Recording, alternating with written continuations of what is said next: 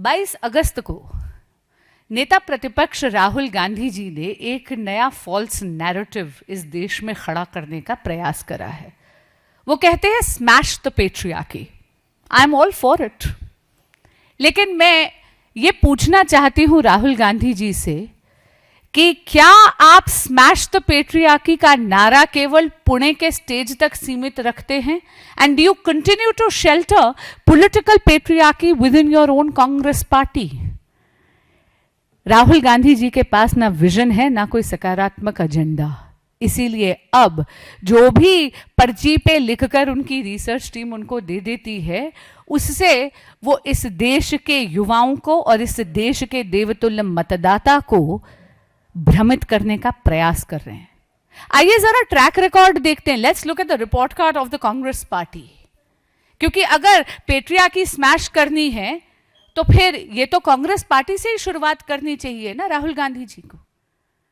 22 अगस्त को उन्होंने पुणे के मंच पर यह बयान दिया और 10 दिन पहले खुद राहुल गांधी जी संदीप दीक्षित के साथ एक बहुत ही ओछे मजाक में शिरकत करते हैं एक महिला प्रधानमंत्री के खिलाफ, और वो भी हमारे एक मित्र देश इटली की जो सिटिंग प्राइम मिनिस्टर है मेलोनी जी।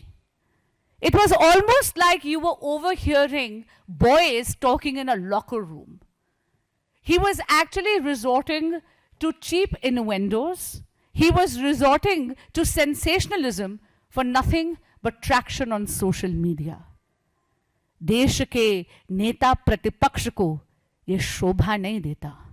ऐसा लगता है कि अब नेता प्रतिपक्ष राहुल गांधी केवल और केवल मीम्स और रील वैल्यू के लिए ही बयान देते हैं। I want to call out the hypocrisy of Shri Rahul Gandhi as well as his Congress party. कुछ चंद उदाहरण आपके सामने रखना चाहूंगी क्योंकि लिस्ट बहुत लंबी है। सबसे पहले बात करते हैं, जब हमारी मंडी की सांसद कंगना रनौत जी को टिकट मिली थी तो कांग्रेस पार्टी की ही एक महिला नेता सुप्रिया श्रीनेत जी के सोशल मीडिया अकाउंट से इतनी अभद्र टिप्पणी उन पर करी गई।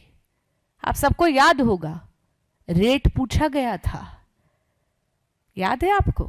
रेट पूछा गया था, लेकिन उस पर राहुल गांधी जी ने तब तो किसी के लिए कुछ नहीं कहा, चुप्पी साध ली।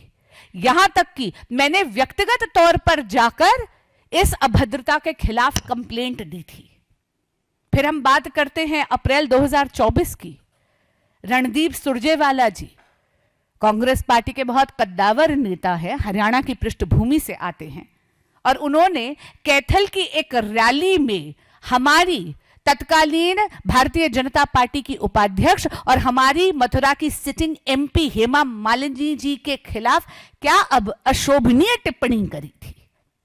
यहां तक कि उस पर ईसी को कार्रवाई करते हुए उनको कैंपेन से बैन करना पड़ा था 48 घंटे के लिए। लेकिन फिर राहुल गांधी जी, कोई स्मैशिंग ऑफ पेट्रियार्की नहीं हुई, कोई ऐसा आपके यहां से बयान नहीं आया। उन्होंने तो बस पुनः मौन साध लिया था। अधीर रंजन चौधरी जी की बात करती हूं। भारत की पहली ट्राइबल महिला राष्ट्रपति को उन्होंने राष्ट्रपत्नी कह के संबोधित करा, लेकिन कांग्रेस के शीर्ष नेतृत्व ने पुनः मौन साध लिया। कमलनाथ जी, जो मध्य प्रदेश के सिटिंग चीफ मिनिस्टर थे, 2020 की बात कर रही हूं, उन्होंने भारतीय जनता पार्टी की एक महिला कैंडिडेट को आइटम कह के संबोधित करा। राहुल गांधी जी, तब आप कहां थे? Why were you not smashing patriarchy then? तब आप उपदेश क्यों नहीं दे रहे थे? करा क्या?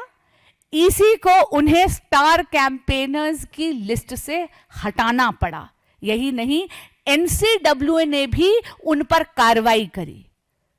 मित्रों, लेकिन सबसे ज्यादा आत्मा को कचोटने वाला अगर बयान है तो वो केआर रमेश कुमार जी का है, जिन्होंने कर्नाटक की विधानसभा में ये कह दिया, if rape is inevitable then a woman should lie down and enjoy it. Congress के सभी विधायक और स्पीकर समेत सब इस अभद्रता पर हंस रहे थे। राहुल गांधी जी, तब आपने मौन क्यों साध लिया था? और इस smashing the patriarchy nothing but political rhetoric for you? मैं पूछना चाहती हूं, ये तो आप ही की पार्टी की, कांग्रेस पार्टी की चार्जशीट मैंने पढ़कर सुनाई है, मौन क्यों साधे हुए थे?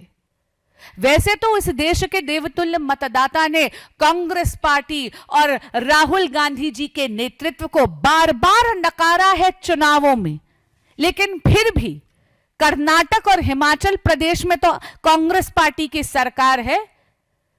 मैं पूछना चाहती हूं आज आपके माध्यम से, Rahul Gandhi ji, if you want to smash the patriarchy, why is there not a single woman minister in the cabinet of Karnataka और इन हिमाचल प्रदेश? कर्नाटक और हिमाचल प्रदेश की कांग्रेस की सरकारों में एक भी महिला मंत्री आपने नहीं बनाई हैं। क्यों? क्योंकि महिला सशक्तिकरण कांग्रेस पार्टी और राहुल गांधी जी के लिए केवल और केवल एक चुनावी जुमला बनकर रह गया है। अगर वो महिला सशक्तिकरण की बात पर अमल करना चाहते तो नारी शक्ति वंदन अधिनियम का पुरजोर मुखालफत नहीं करते। आपको याद होगा, नरेंद्र मोदी जी की सरकार 33% आरक्षण महिलाओं के लिए विधानसभा और लोकसभा में लेकर आई है नारी शक्ति वंदन अधिनियम के तहत। कांग्रेस पार्टी ने क्या किया? लाल बटन दबाकर ये निश्चित करा कि ये विधेयक सदन के पटल पर गिर जाए। राहुल गांधी जी महिलाओं की भूमिका केवल और केवल मतदाता के रूप में मतदान केंद्र तक सीमित करना ही चाहते हैं। वो नहीं चाहते कि भारत की बेटी भारत की भाग्य विधाता बने। वो नहीं चाहते कि भारत की बेटी भारत के नीति निर्माण में अपना योगदान दे। और यही नहीं, मनुस्मृति माइंडसेट की बात करते हैं। मैं पूछना चाहती हूं राहुल गांधी जी, बड़ी सिलेक्टिव आउटरीच कर रहे हैं। सर्वधर्म संभाव सिखाता है हमारा संविधान, वो संविधान जो राहुल गांधी जी झलकाते जरूर है लेकिन खोलकर कभी उसको पढ़ने की जहमत नहीं करते। Why the selective outrage? Why have you targeted only one community in India?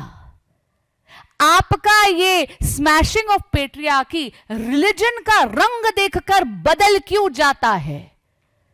If you truly wanted to smash the patriarchy, तो कांग्रेस पार्टी ने जब इस देश के सर्वोच्च न्यायालय ने शाहबानों को मेंटेनेंस का राइट दिया, तो कांग्रेस पार्टी की सरकार एक लेजिस्लेशन लाके, एक कानून लाकर हमारी मुस्लिम बहनों के मेंटेनेंस के राइट का दमन क्यों कर रही थी?